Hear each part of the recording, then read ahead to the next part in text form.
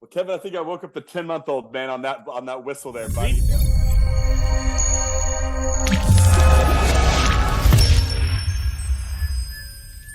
Are you ready? Ready. All right, Ty, you ready? Why not? All right. Timeout. Tyler, who are we taking the timeout with today? Well, Kevin, I think I woke up the 10-month-old man on that whistle there, buddy. Me too. But, I felt like I gave it a little extra something today. Yeah. Oh, yeah. I mean, ladies and gentlemen, because we have Nikisha Ridgeway on, I think is why we blew the whistle so hard this morning. And ladies and gentlemen, Nikisha is the president and CEO of Starbridge. Nikisha, thank you so much for giving us the time of day today on our lunch break to sit down with me and Kevin to chat. And Nikisha, I always like asking people, if you're driving down 590 today, if you say that's on your way home, and you can make your own billboard with that message, what's that message you want people seeing on that billboard from Nikisha Ridgeway, the CEO and president of Starbridge? Proceed as if success is inevitable. Wow. Proceed as success. Wow. So success is the only option. Yes. Okay. You don't even consider failure in that equation. I love that. You know, it's on a magnet behind me. I was going through a difficult time several years ago, and I have like a entrepreneurial mindset. So I was good at starting up new programs and initiatives, and it was just not going well. And I wasn't sure if it was going to get the approval, and other people were relying on this. So I had other staff that would usually follow me throughout my career, and I just wasn't sure if it was going to happen. And we were all kind of bummed. And I happened to walk into this boutique, and there were 3 magnets, and it said, proceed as if success was inevitable. And I grabbed them, and then that became our mantra. So that's what we stand on that. And it reminds me of Harriet Tubman's Keep Going. Mm-hmm. So that's what I stand on. I love that. Yes.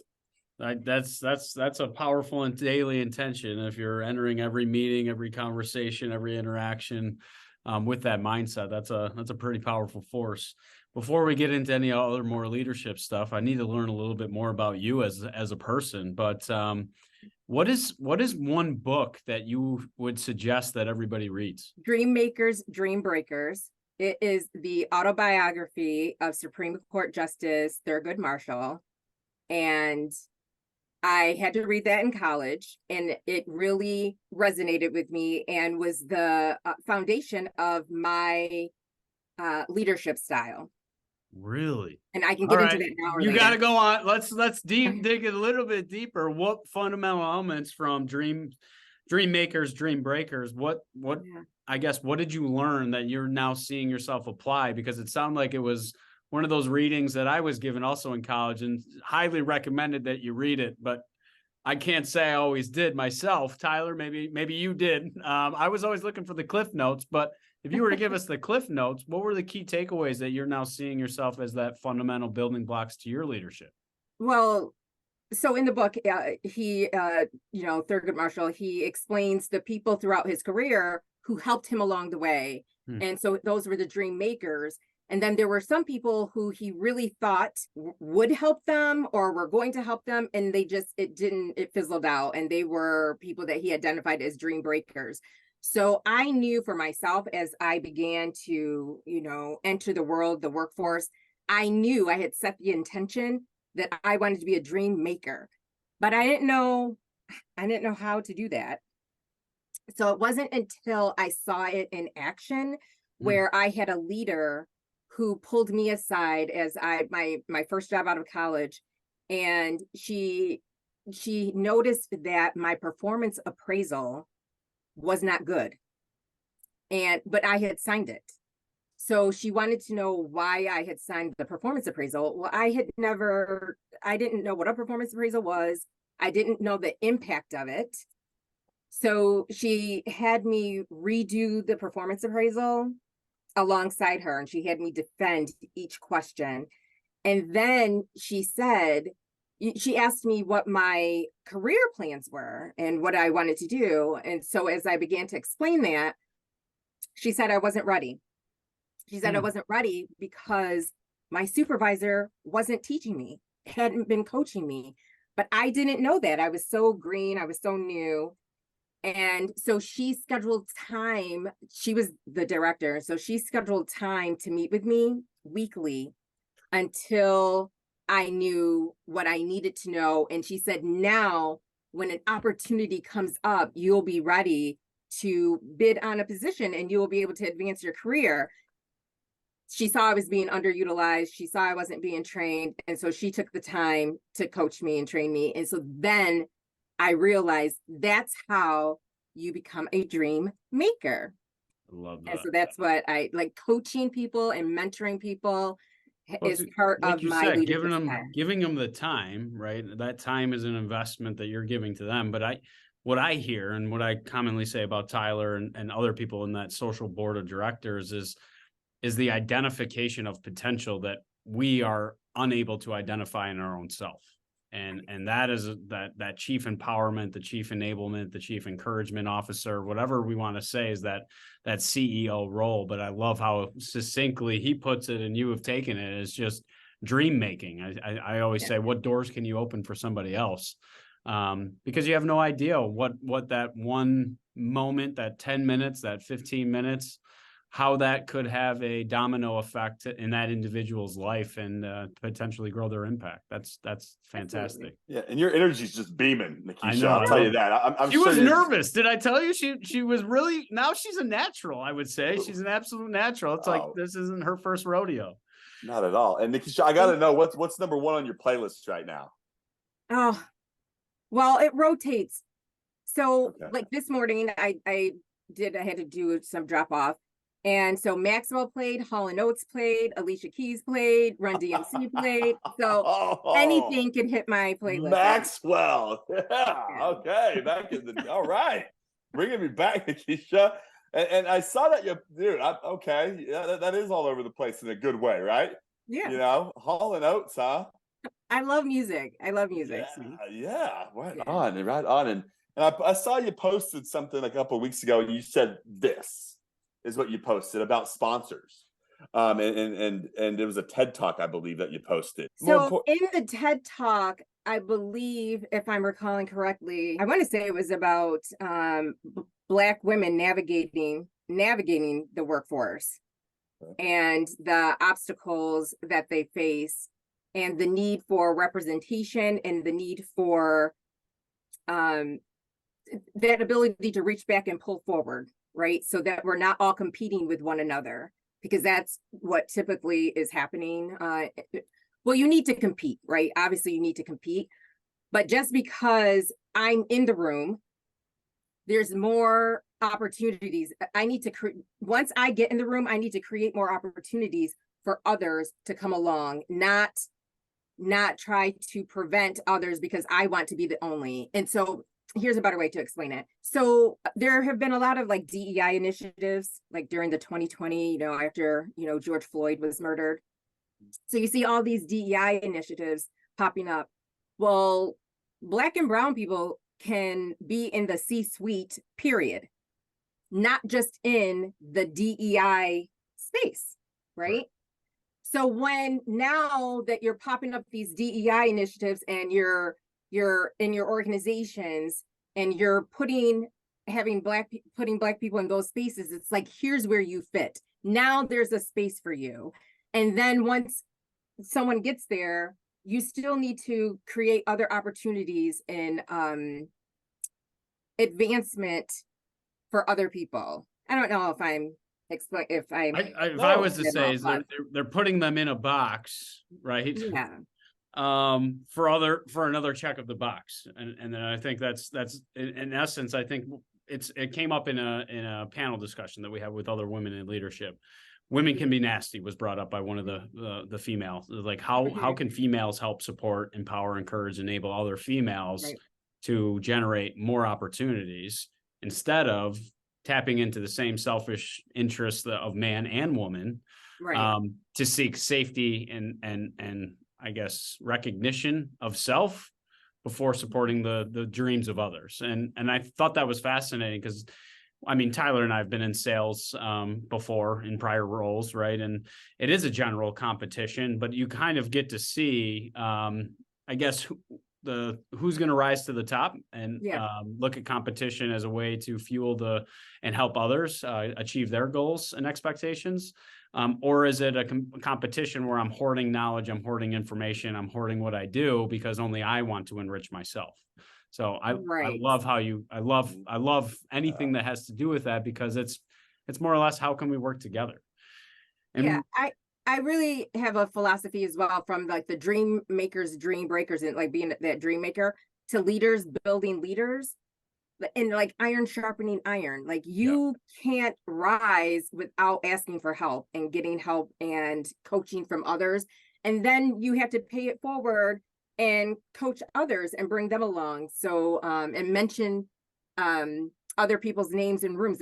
There's more than enough space, is the point that I was making. There's more than enough space and work for all of us. There's room for all of us. So I prefer to make space. I agree, and so do I. And I think, Tyler, that's what drew Tyler and I together when we first met. Is you talked about dream makers and those two concepts, right? Just let's talk about networking, right? So networking is this idea that you're helping others achieve what they're looking to achieve, while at the same time they're looking out for you, right? In a good networking environment, right? Systematically trying to find solutions to the everyday problems, right? Absolutely. But how many people, right, actually do what they say they were going to do, I can tell you, is a fraction of the actual conversations that Tyler, myself, and others had. So you can definitely see, right, am I acting, am I pretending to just say enough to get what I want out of that person?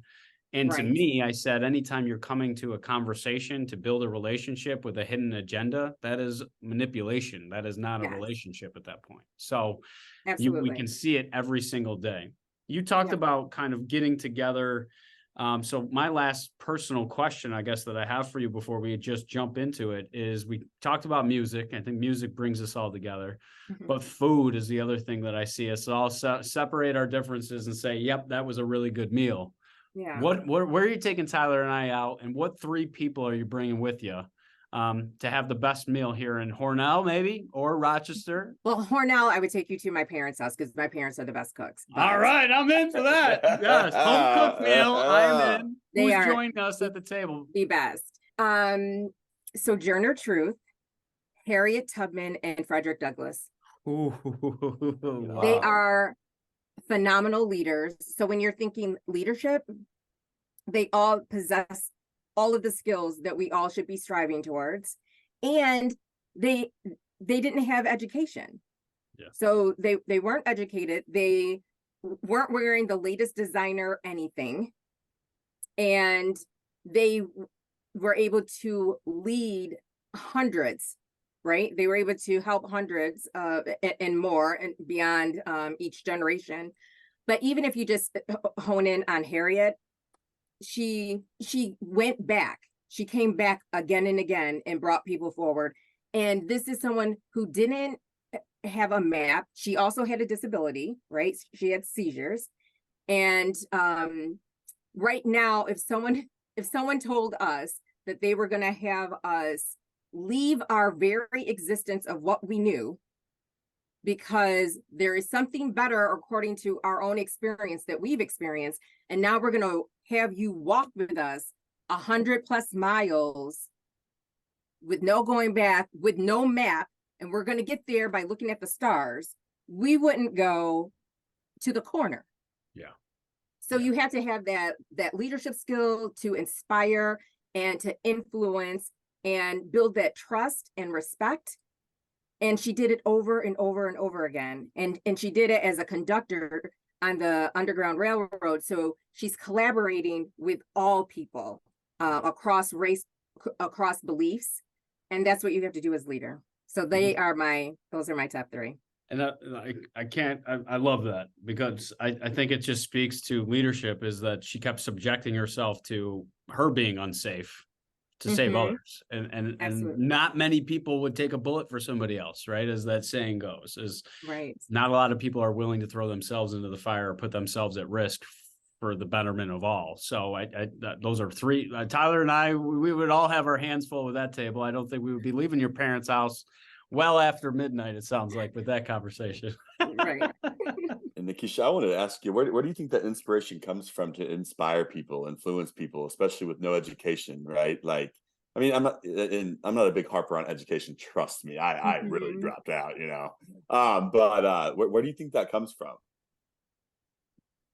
Probably the so like empathy and compassion, and you know, that internal, just I would say for them it was just innate, and knowing what is right and what's wrong, and how do we get to what's right. And the other reason why I just love them, those three, is because they all work towards expanding the we, you know, like we the people. So they all, how can we make this place inclusive so that the life experience for everyone improves, you know, expanding the we. So they all strive towards that. Do you ever think about them daily, like when you're around work, and like kind of like what would they do with that group? I do a lot of times. I do.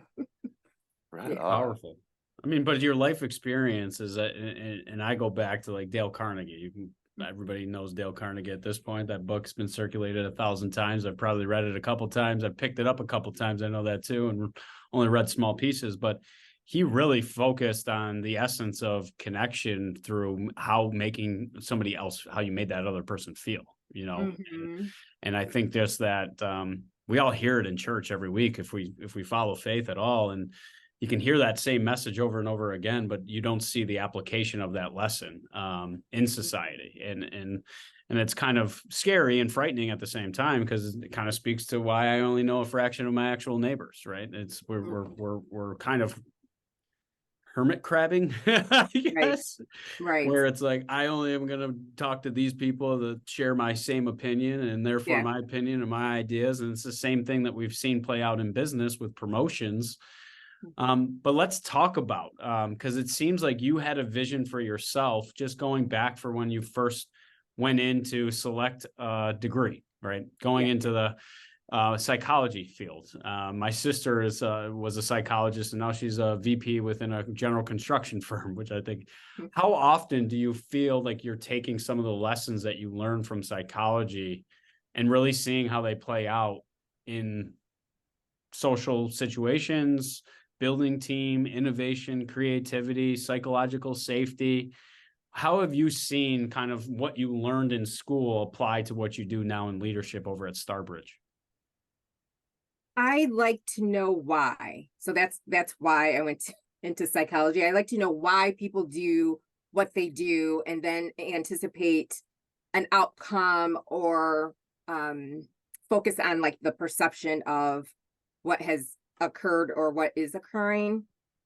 So that's primarily why I would say that's why I went into psychology. And so supporting people with disabilities has always been a passion of mine. I grew up in Hornell, and I grew up next door to a gentleman who was a quadriplegic. Wow. And so he had like a C2 or C3 spinal cord injury. So he was paralyzed from the neck down. And as a child, being exposed, it was just natural. It was just everyday existence and everyday spaces. And although he was a neighbor, his family became like family to ours, and continued on for years. He has since passed. But I would say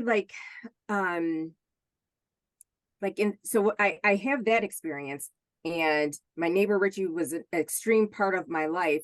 But then I saw in the school system like otherness, and people with disabilities were in the school, but in a completely different wing of the school, and I didn't know why.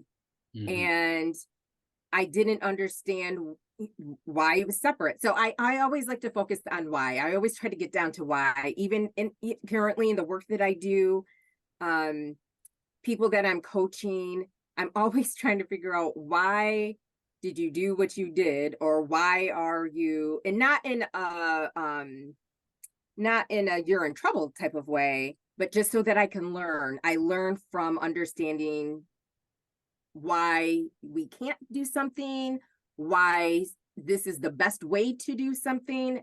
I don't know if I'm really answering your question. No, you basically, I love how you said otherness, but separated from the rest, right? But genuinely, I get back to what you said earlier on. You're an entrepreneur at heart, right? So entrepreneurial leadership is something that I'm passionate about because I'm naturally and genuinely curious. And when we're always looking for the answer of why, it forces us to ask more questions than to tell. So I get exactly what you're saying, is because when you're kind of ultimately searching for the why or the best way, you're bringing in multiple perspectives, multiple experiences or insights in order to factor into the decision that everybody can then support because they had say within that decision-making process. So I get exactly what you're saying, Nikisha. And I think it's great. It kind of speaks to other organizations. Sometimes Tyler and I are having talent conversations, right? And, well, given what Tyler does and I do daily, the attraction and retention of talent continues to come up, right?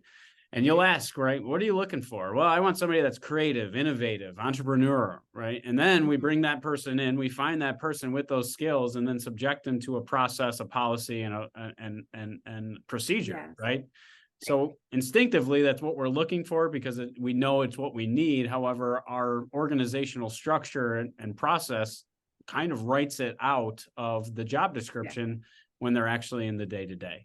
How, given that you are an entrepreneur, and I would say most people are by nature, because we're not motivated until we fully understand the why, and it's explained in a way that we can understand.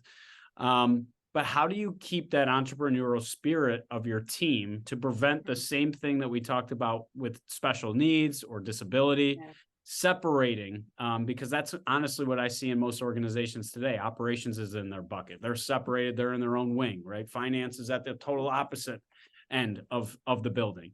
How do you build that entrepreneurial spirit amongst your team to continue to bring forth the best innovation and creativity? So I get resistance with this, but I look for, and I encourage my team to look for intellectual curiosity in candidates, right? I need them to be intellectually curious, smart, and willing to do the work, because everything else can be trained and coached and educated on. But that's where I also get a lot of resistance, because people want people to come with all the they want them to be able to do and have all of this experience and to be able to do all the things. And I'm like, I don't know if this person even exists. Like, who can come and do all of the things? Like, I just don't know who that is. So I'm saying, if they're intellectually curious, they're smart and willing to do the work, we should be hiring them. So, well, self-preservation, right? Is it easier for that manager to not have to spend that time that in one individual that you said early on in your career was willing to spend with you? And that's kind of what we see when we fight so hard to get this talent, and then we feed them to the wolves with an afterthought of onboarding to actually check in to see how are you successful and how can I help make you more successful. So absolutely. I'm big time on that experience piece. And you talked about it earlier, and I'll get to it with my next question. Yeah, Nikisha, so, you can't really coach like willingness and enthusiasm and curiosity, right? It's like when you find one of those people, it's like you can probably do anything you want, And I was going to ask you, when you first like felt that natural organic like purpose in life, when that like light bulb clicked on, how important is that to you? Like when you get out of bed and you have that like finally moment of holy crap, I made it somehow to getting better at something, and it really matters to me. Did you have a defining moment when that happened? Because I can for sure draw a thick line in my life when that started for me.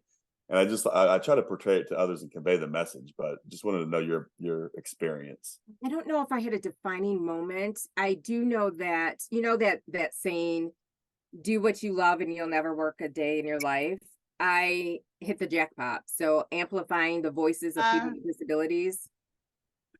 Straight out of college, I got my first job and I loved it. I love the work that I do. So I can work all the time and it doesn't feel like work to me. There've only been a couple of times in my life where I didn't love it. But it wasn't the work that I didn't love. It was the circumstances. We had to downsize because there were changes in our industry. We're heavily Medicaid funded and rates changed. So we had to downsize.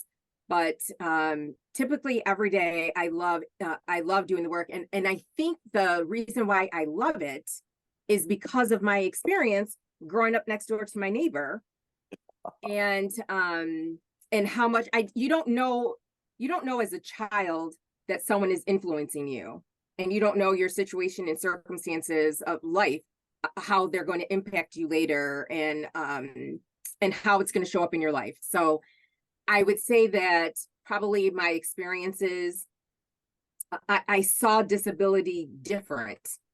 And because my neighbor lived on his own. He lived in his own house by himself. He had services that came in, and he had family members that came in to help get him up and things of that nature. But to see that as a child and to see some other things, just like his friends that would come over and who were also disabled and they're driving a van, like to see that at 10 years old, you're like, how did you drive that van? Like you didn't, like, where is the driver? So although at that time I didn't realize my thoughts were ableist thoughts, and I didn't recognize that I was witnessing equity or disability justice due to the van having the adaptive equipment to allow a person who was paralyzed to be able to drive their own vehicle. So some of his friends were paralyzed from the waist down. So they still had functioning of their hands and they were able to drive their van. But when you see that at 10 years old, you don't realize that that's equity. You don't realize that that's disability justice. So as time goes on, and as I continue to work in this field, I just continue to learn so much and realize a lot. I love what you said, though. You saw it as a child, because I think same thing, right? You could have talked about those same students in that school that you saw that theoretically could have potentially never saw somebody with a disability within their own school. You Right. seeing that showed that they are capable, they do have the abilities, and it kind of changed your perspective in the long term, right? As what you're Agreed. seeing today. And Yes. it kind of gets to my next question, because the work that you guys are doing at Starbridge, and really looking for, because there's less people today. There's less people with the exact skills that an employer is looking for today than is needed, especially here in Rochester. And I think during Leadership Rochester, during your presentation, there was some to the tune of like 60,000 in Rochester with disabilities, right? Yes. And only a small fraction of those are actually currently employed. Correct. You talked about it before we got on the show too, about you were getting overlooked because I didn't have a master's degree. How is academic success, right, actually correlated with long-term success within a career, within an organization, to get organizations to start thinking differently about talent, disabled, right? The reentry programs. How can we effectively look through requirements and prior experiences to identify some of those soft skills that you've talked about already, right? How can we work together as a community to ultimately, everybody wants a job, they feel more secure, that gives them financial freedom, it gives them choice. How do we start to break down some of those barriers that started when we were in K through 12 with this population that we've never really truly considered as a potential labor pool for our organizations as we continue to adapt and evolve? So the barriers started before K through 12. So the barriers really are structural racism and institutional oppression. It's those pillars of supremacy that everyone is upholding. And that's why that's why at Starbridge, we focus on intersectionality, right? So for myself, the intersections that I'm constantly facing are racism, colorism, and sexism, right? You have to identify those isms. But then a person with a disability, they may have those same, racism, colorism, sexism, but then also ableism and other, if they're a member of the LGBTQ plus community. So I see those like education and all of those things that are put into a job description as they're barriers, but it's upholding institutional oppression. And people are comfortable with it. The gatekeepers in the organizations are comfortable with upholding that pillar of institutional oppression.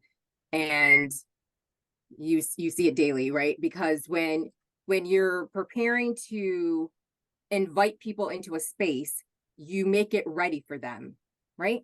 Like if you know that you're having company over and your company is allergic to peanuts or they don't eat seafood, you make sure you don't have those things there because they don't like it and it's going to cause harm or whatever negative impact might occur. So as employers, we have to make our spaces welcoming and ready to accept people, as well as our benefits packages, right? So benefits packages like durable medical equipment, if someone has to use any type of like a wheelchair or any other type of ambulatory device that they need, you have to be willing to have that built into your benefits packages as well, because then it demonstrates that you're expecting them. You're wanting people with disabilities to come work, and you are creating the space, as well as all of these little 8 to 5 and 9 to 5. It's just not realistic. Like those like banker hours for not-for-profits, it's just difficult. So throughout my career working in not-for-profits, some of the biggest obstacles that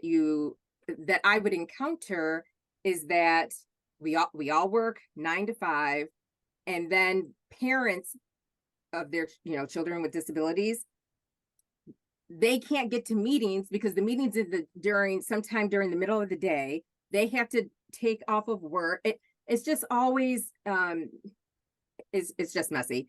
So the same thing for a person who's working with a disability. You have to create the space that it may take them time for transportation. It may take them time to just adjust and regulate if they have to manage pain, if they are relying on someone else to come to the home and provide care for them before they can even get to work.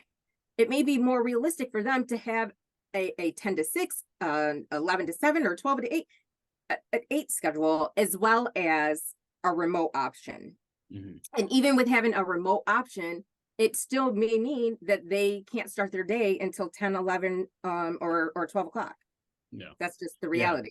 Until we're willing to restructure the day, right? And ultimately it comes down to tasks, duties, and outcomes. Right.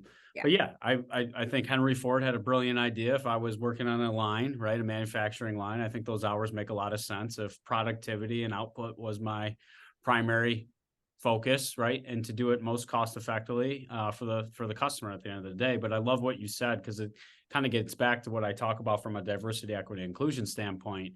Is back to what everybody saw in 2020, right?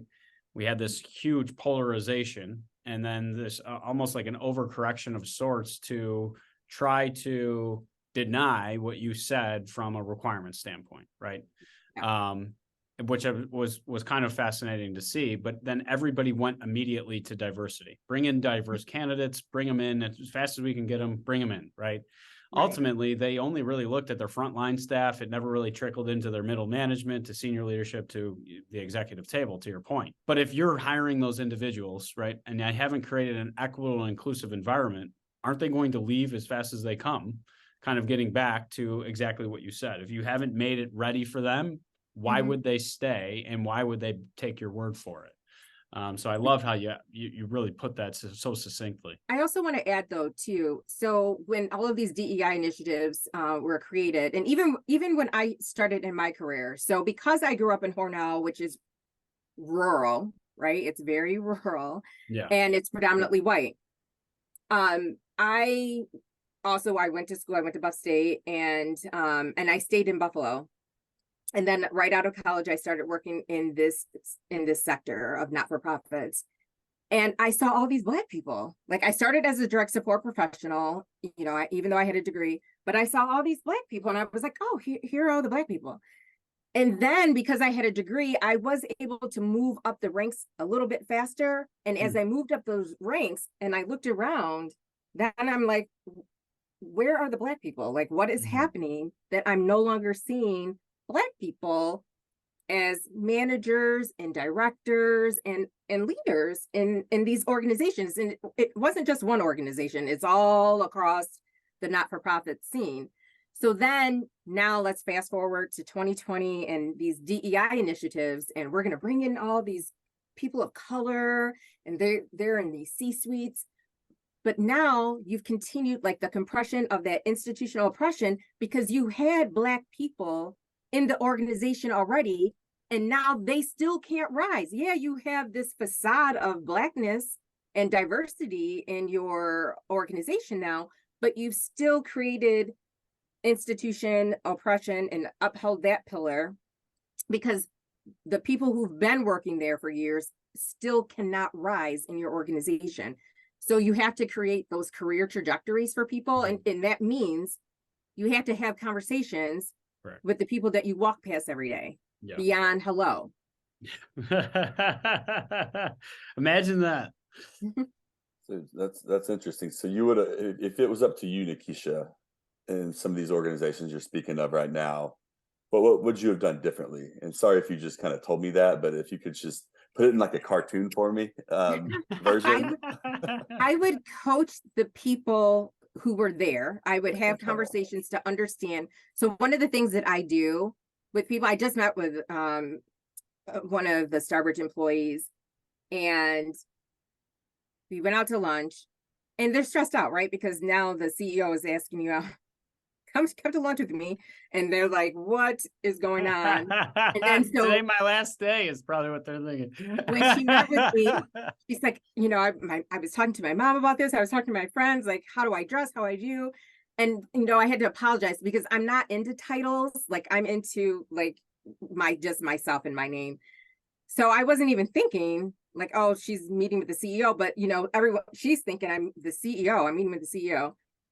And so I really wanted to get to know her and hear her career goals. And I always do, if you could wave a magic wand and do anything, you know, what would you do? And then, you know, that's when you really begin to hear what people are passionate about, what they love doing.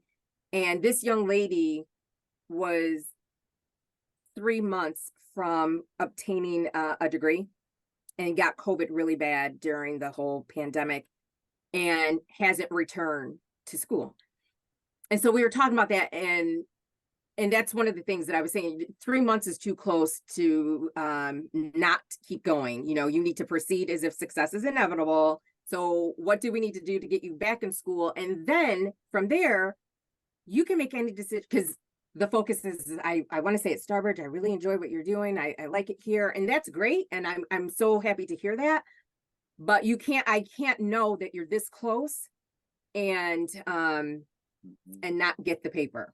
So we got to get the paper. We're talking through and working through that. But and then there were some other people who when I came to Starbridge in 2019, who I did the same thing, waved the magic wand. And so they shared what they were interested in.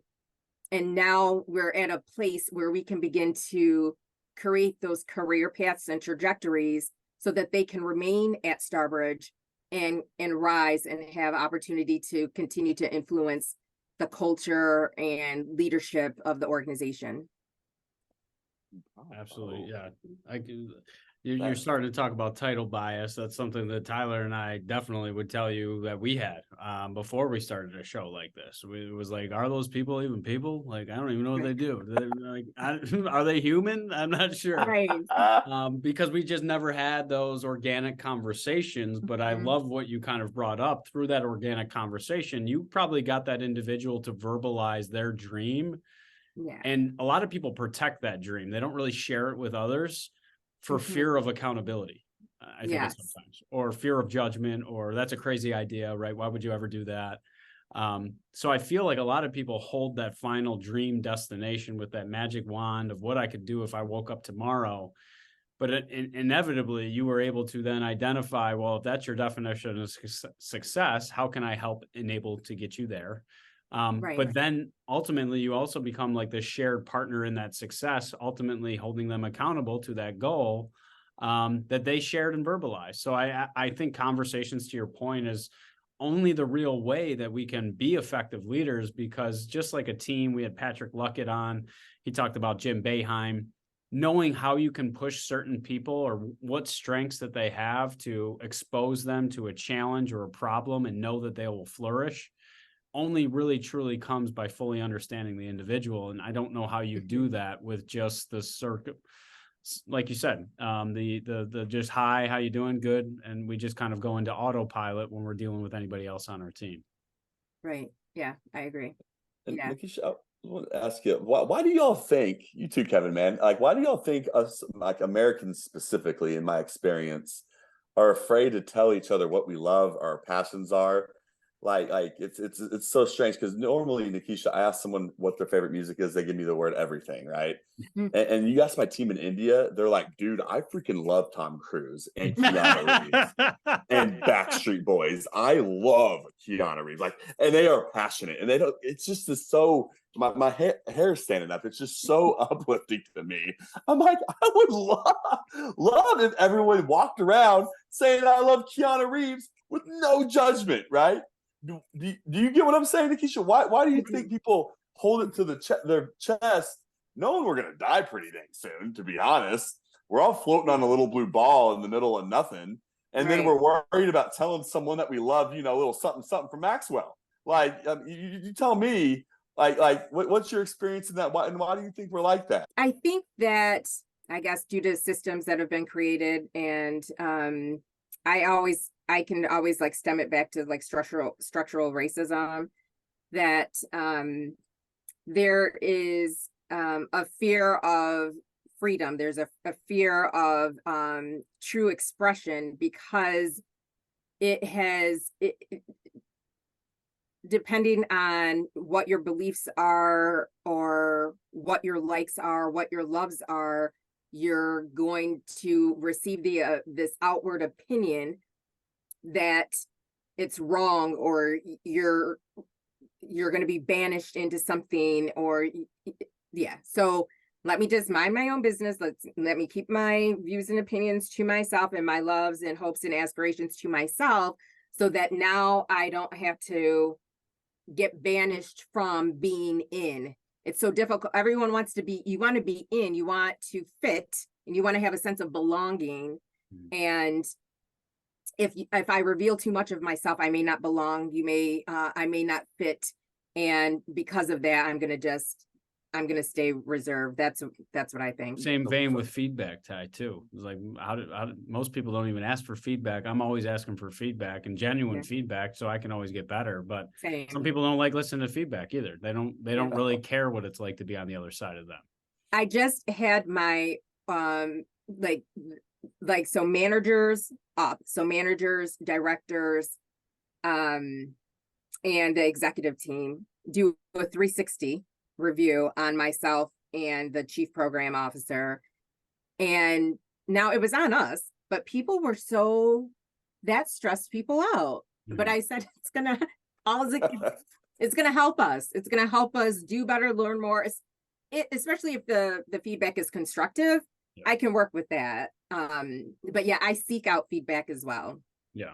But I think people are only willing if they've established trust. And I think Tyler is that if we continue to throw up our guards, and I've had this conversation with Roseanne over at Fisher Associates the other day, and she said this onion exercise that she's done in a leadership course.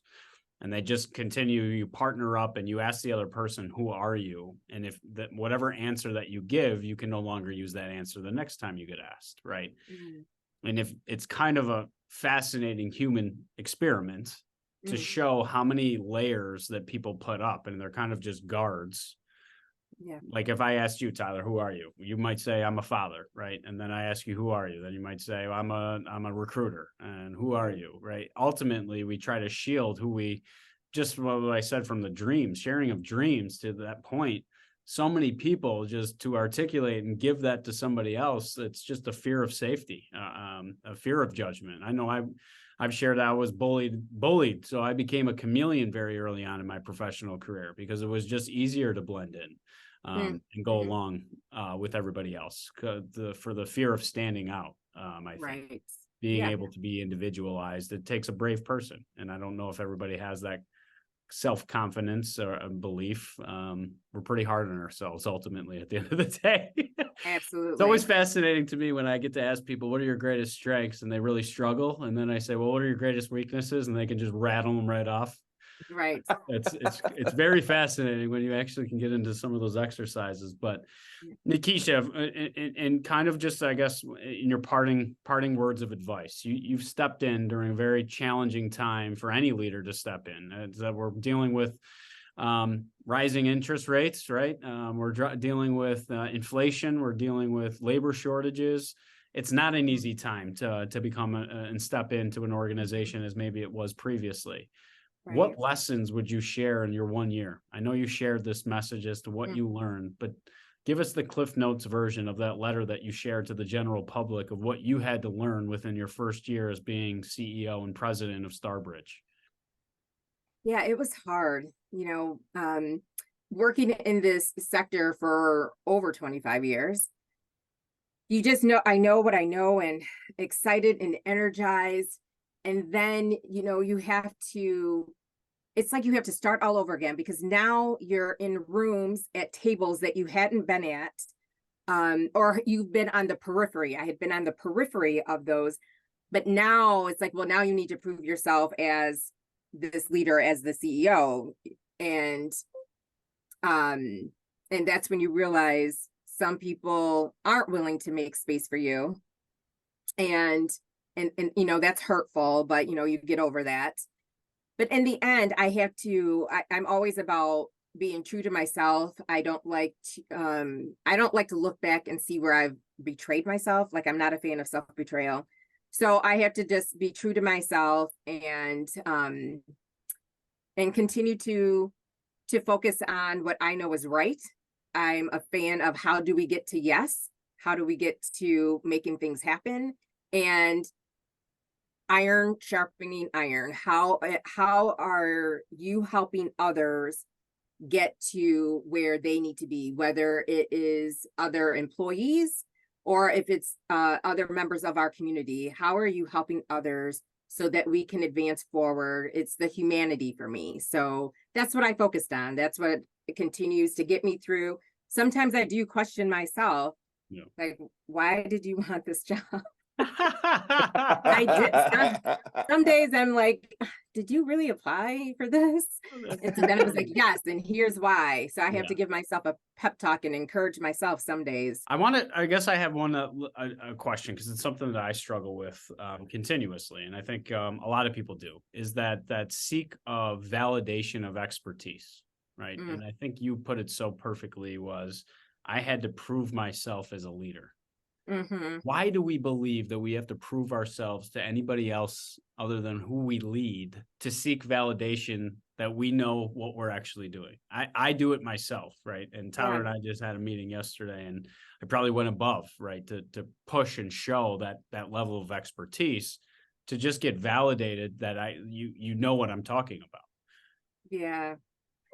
I think for myself, it's because as a Black woman, I've always had to demonstrate and I had to do more than and convince so that I can be seen and heard, so that I can just be in the room. So can I just get in the room? You don't have to quite pull up a chair yet, but can I get in the room?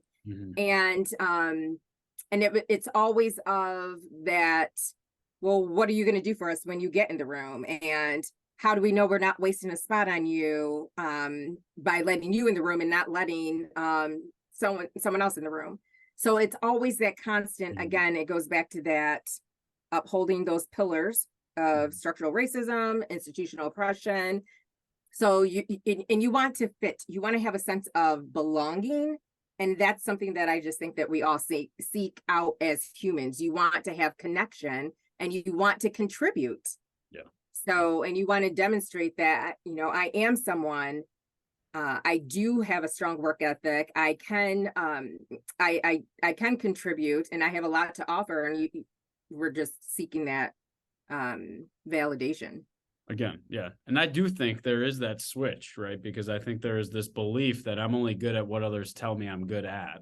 Right. And then there's a switch, and like, I don't know if it's confidence or somebody's like self-belief grows, or ultimately then they change, they share opinion, and frankly, they're not afraid as to who hears it and how they take it. There's definitely a switch with other individuals, and maybe those are the pretenders, the people that are playing dress up and pretend every day, that we look up to. And I refuse, and I would hear those things. Well, people will try to limit you, and if you believe it, you will shrink. And I refuse to shrink. I love that. And I don't believe other people's views and opinions. I know who I am. You're not going to tell me who I am. So I will listen to them, and you have to let it hit here and not here or here. And so that's how I navigate the workforce, to be honest.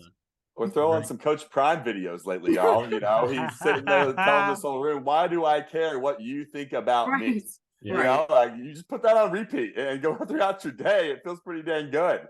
And I guess my 3 cents on it is, if, to me, in my experience with this topic, we're saying it back to purpose and really kicking some ass, right? In life, right? If I'm doing that, if I don't even know if someone's talking like that to me. I'm like naive in a great way, because I have so much rolling in here. It's like I have this goal over here that I'm chasing, and people, even if they're saying, "Did you know they said that?" I'm like, "No." Anyways, let's keep on pushing. But it took me a while to get there. I heard people talk about that sort of.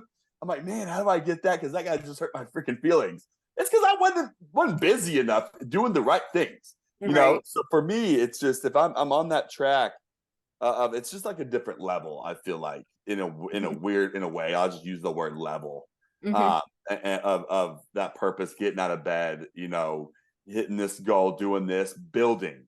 If I'm building something, like Coach Prime says, man, like, why would I care what you think about me? That's why I'll leave you with that. But I think as long as we're building, it's inevitable success. So building to that, I think is just as positive outlook, to that can-do attitude, not looking for excuses, but opportunities. So and building is a winning, right? Like, because once you built it, it ain't that exciting. It's like, in my experience, it's like, I got it hit. It's like, it was way cooler like a week and a half ago when I was in this muck, with my team or myself and God. And now it's over. It's like Elon saying Bitcoin on Saturday Night Live. No one cared, but the buildup sure was fun. But anyway, that's my experience in the past few months, at least. But Nikisha, it's awesome meeting you. Yeah, awesome meeting you, Nikisha. I'm so grateful that you said yes. We thank you so much for your leadership in our community and the great work that Starbridge is doing to really give those what previously were believed that they couldn't add value within an organization or a leadership perspective. Undoubtedly, you're convincing others and showing every single day that they can do just as much as you or I. Albeit we just have to create the space that is welcoming and gives them the ability. So I just want to say thank you so much for everything that you're doing, and thank you again for being a special guest on our show. You're welcome. Thank you so much for having me.